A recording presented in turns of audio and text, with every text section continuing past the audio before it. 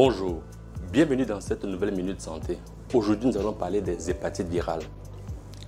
Les hépatites virales sont des inflammations du foie liées à l'agression du foie par un virus.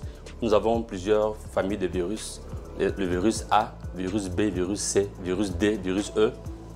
Et celles qui nous intéressent particulièrement sont les virus B et C parce que ce sont elles qui sont responsables des hépatites chroniques.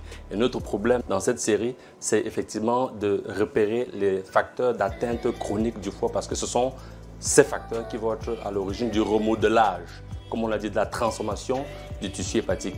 Et donc, la présence du virus B ou C va entraîner donc une réaction de l'organisme qui est généralement la production d'anticorps. En fait, le corps produit des anticorps pour attaquer le virus au niveau du foie et c'est donc cette réaction de défense qui va donc détruire les cellules hépatiques et donc entraîner donc ce remodelage.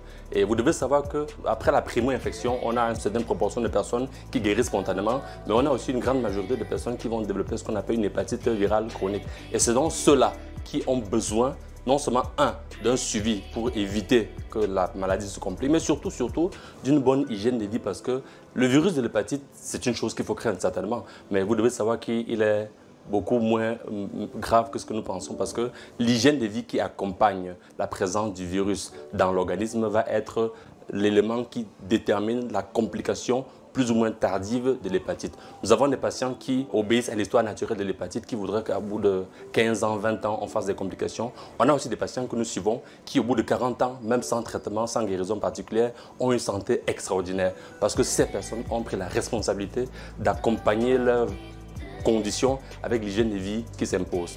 Et vous devez le savoir une fois de plus, votre santé est votre premier capital.